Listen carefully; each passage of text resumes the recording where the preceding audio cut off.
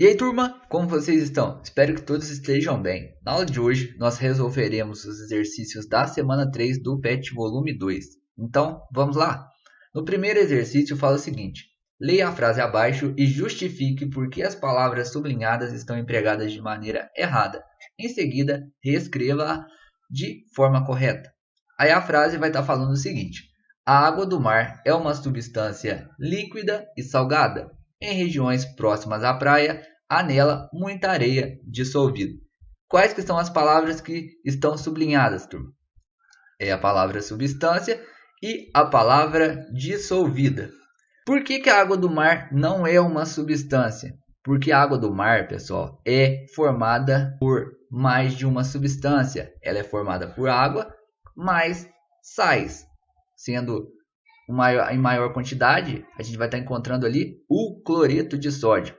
Então, a água do mar é uma mistura formada por água e cloreto de sódio majoritariamente. Tá joia? Então, justifiquei porque esse primeiro termo aqui, ó, está incorreto. Aí a segunda frase aí vai estar falando que em regiões próximas à praia, há nela muita areia dissolvida. Água e areia não se misturam. Então, esse termo dissolvida aqui está incorreto. Seria correto se água e areia se misturassem, tá joia? Então, justificamos porque o termo substância está incorreto e justificamos também porque o termo dissolvida está incorreto. Vamos então agora reescrever essa frase aí de maneira correta, como o exercício nos pediu. Então vai ficar assim: a água do mar é uma mistura, certo? Não vai ser uma substância, porque tem mais de uma substância ali compondo a água do mar, certo? Vai ser líquida e salgada, aqui está tudo certo. Ponto. Em regiões próximas à praia, não há areia dissolvida, pois não se misturam. Tá joia, turma? Então, reescrevi essa frase aqui de maneira correta. Questão 2. Qual dos métodos de separação seguintes se baseia na diferença de densidades? Letra A. Decantação, pessoal. A decantação é baseada na densidade? Com certeza, né, galera? Onde aquela substância que é mais densa, ela fica no fundo do recipiente. Então, a letra A, ela está correta. Letra B. Cristalização. A cristalização, pessoal, é um processo que está relacionado com a formação de cristais. E esses cristais, eles vão ser formados devido à diferença de solubilidade. Então, não tem nada a ver com densidade. Letra C.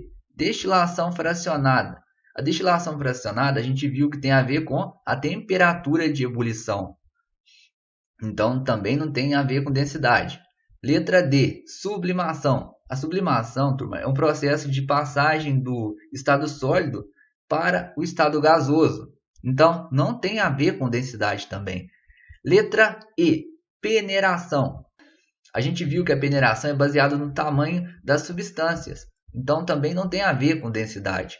Então, a única alternativa correta da questão 2 é a letra A. Questão 3. Uma técnica usada para limpar aves cobertas por petróleo consiste em pulverizá-las com limalha de ferro. A limalha que fica impregnada de óleo é então retirada das penas das aves por um processo chamado de... Então, turma, vamos entender o exercício. Falou que coloca sobre as penas das aves limalha de ferro pulverizada, ou seja, transformada em pó. E essa limalha, ela fica impregnada de óleo. Então, ela fica cheia de óleo, certo? Então, qual método que é apresentado nas alternativas aí que vocês acham que é o correto? Com certeza vai ser separação magnética, né, galera? A gente sabe que o ferro, ele é atraído por um ímã. Então, a gente sabe que o ferro lá, ele vai estar com óleo. Então, ao estar aproximando o ímã da pena das aves, vai puxar o ferro e, consequentemente, vai estar também tirando o óleo, ok? Então, a alternativa correta da questão 3 é a letra D. A letra A, ela não pode ser porque está falando de decantação. A gente já viu que a decantação é aquele processo que está relacionado com a densidade. E se a gente deixar ali malha de ferro com óleo na ave, ela não vai cair da pena da ave. Então não tem a ver com decantação? Letra B, centrifugação? Com certeza também não, né, turma? A gente não vai pegar a ave e colocar numa centrífuga. Se a gente fizer isso, a gente vai acabar matando a ave. Então, a letra B também não. Letra C, peneiração. A gente vai peneirar a ave lá com limalha de ferro e óleo? Não, né? Não faz sentido. E a letra I também não, que fala sobre sublimação, que é aquele processo de passagem do estado sólido para o estado gasoso. Então, a única alternativa correta e que faz sentido, como nós já vimos, é a letra D, que é a separação magnética. Então, eu coloco a limalha de ferro pulverizada sobre a pena da ave. Essa limalha ela vai ficar impregnada de óleo, certo? Vou aproximar um ímã e vou conseguir tirar o ferro juntamente com o óleo da pena da ave. Questão 4. Indique o melhor processo que pode ser empregado para separar os componentes dos sistemas, a seguir explicando cada caso e a propriedade que permitiu a separação. Letra A, água e óleo. Como que eu separo água e óleo? Vai ser através do processo de decantação, certo? Eles vão ser líquidos imiscíveis, ou seja, líquidos que não se misturam, vão estar formando ali uma mistura que é heterogênea, e essa separação ela vai se dar devido à diferença de densidade. Letra B, sal e areia. Para separar sal e areia, pessoal, eu vou precisar de mais de um método de separação. Eu vou precisar fazer primeiramente a dissolução fracionada, depois filtração e por fim a destilação, certo? A gente sabe que a dissolução fracionada consiste em a gente estar adicionando um solvente ali nessa mistura. Então, a gente vai pegar e vai adicionar água. O que vai acontecer? O sal ele vai se misturar na água, certo? E a gente sabe que a areia não se mistura na água. Então, somente o sal vai se misturar, tá certo? Então, vai formar ali duas fases. Numa primeira fase, vai ser composta de sal e água. E a outra fase somente de areia. Como que eu vou separar isso? Eu vou pegar um filtro e vou filtrar essa mistura. O que vai ficar no filtro? No filtro vai ficar somente a areia, certo? Então, tirei a areia. Aí vai sobrar uma mistura homogênea. Essa mistura homogênea é composta de sal e água. Como que eu posso separar o sal da água? Tem dois processos que eu posso estar fazendo. Eu posso estar indo pelo método da evaporação, que é um processo demorado, onde a gente vai estar perdendo essa água, ou a gente pode estar indo pelo método da destilação simples, onde a gente não vai estar perdendo essa água e a gente vai conseguir separar a água do sal devido à diferença de ponto de ebulição. A água ela vai evaporar, vai passar por aquele tubo condensador e vai ser coletada lá no Erlenmeyer. Outra coisa importante, turma, que eu não falei aqui na letra A, é que a gente pode estar utilizando a sifonação também para separar a água e o óleo. Então, a gente espera ocorrer a decantação, depois a gente faz a sifonação, que é utilizar aquele tubo em formato de U, e a gente consegue separar a água do óleo. Letra C, álcool etílico e éter. O álcool etílico, turma, ele apresenta um ponto de ebulição próximo a 78 graus Celsius, enquanto o éter ele apresenta um ponto de ebulição por volta ali de 35 graus Celsius. Então, para fazer a separação dessa mistura, a gente vai utilizar a destilação fracionada, porque os pontos de ebulição eles são relativamente próximos. Então, ao fazer a destilação fracionada, a gente vai conseguir separar. Aí eu quero aproveitar, turma, e perguntar para vocês, quem que vai ser destilado? O álcool etílico ou o éter? O éter ele apresenta um menor ponto de ebulição do que o álcool etílico, certo? Então, devido a esse fato, o éter que vai ser o destilado. Quando a gente coloca a solução em aquecimento, quem vai passar por aquela coluna de fracionamento vai ser o éter etílico, porque ele apresenta a menor temperatura de ebulição e, consequentemente, a gente sabe que o vapor ele vai apresentar uma menor densidade.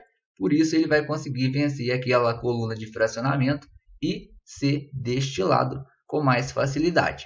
Letra D, oxigênio do ar atmosférico.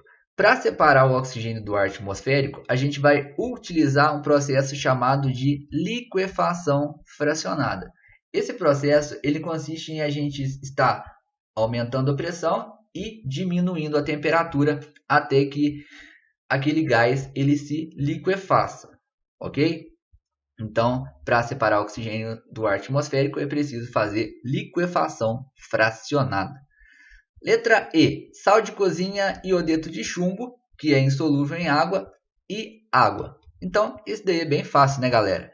Então, a gente vai utilizar a decantação e a destilação. Por que vamos utilizar a decantação? Porque falou que o iodeto de chumbo ele não se mistura na água. Então, ele vai ficar lá no fundo da mistura. Por que ele vai ficar no fundo da mistura? Porque ele apresenta uma maior densidade, certo? Então, no fundo vai ter o iodeto de chumbo e o resto vai ser uma mistura de sal e água, tá joia? Então, a gente separa por decantação, sobra somente o sal e a água. Para separar sal e água, a gente utiliza a destilação, porque os pontos de ebulição do sal e da água eles são bem diferentes. Então, o método de destilação ele é eficiente nesse caso. Questão 5. Atualmente, as distribuidoras de combustíveis misturam a gasolina uma quantidade aproximada de 24% em volume de etanol para melhorar a qualidade da sua combustão. Sobre esta mistura, é correto afirmar que letra A apresenta um maior potencial energético? Não, turma. A gasolina pura ela apresenta um maior potencial energético do que quando misturada com etanol. Letra B. Apresenta 24 volume de álcool em um volume de 50 ml de mistura? Não, turma. Quando fala 24%, quer dizer 24 litros para cada 100 ml de mistura. Então, letra B incorreta. Letra C. Pode ser separada pela adição de água? Sim, turma, porque água e etanol se misturam, mas água não se mistura com a gasolina. Então, a gente pode estar utilizando aquele processo chamado extração por solvente, onde a gente adiciona um solvente a uma mistura, certo? Ocorre ali uma separação de fases e a gente utiliza um funil, certo? E a gente separa a fase aquosa da fase orgânica, certo? Quem que seria a fase aquosa? Vai ser a mistura de etanol com a água, ok? E na fase orgânica? Na fase orgânica seria só a gasolina, turma, porque água e gasolina não se misturam. Então, a letra C ela está correta. Letra D, constitui um sistema heterogêneo? Não, turma, porque a gasolina ela se mistura no etanol. Então, forma-se ali um sistema homogêneo, de uma única fase, e não um sistema heterogêneo, certo? No sistema heterogêneo, a gente conseguiria identificar a gasolina e o etanol na mistura, e nós não conseguimos identificar isso com os nossos olhos, ok? Então, a letra D está incorreta. Por fim, concluímos que a letra C é a única alternativa correta para a questão 5. Tá joia? Então, turma, por hoje é só. Se vocês ficaram com alguma dúvida, peço que vocês tirem suas dúvidas comigo lá pelo WhatsApp. Tá joia? Bons estudos a todos. Até a próxima então e valeu!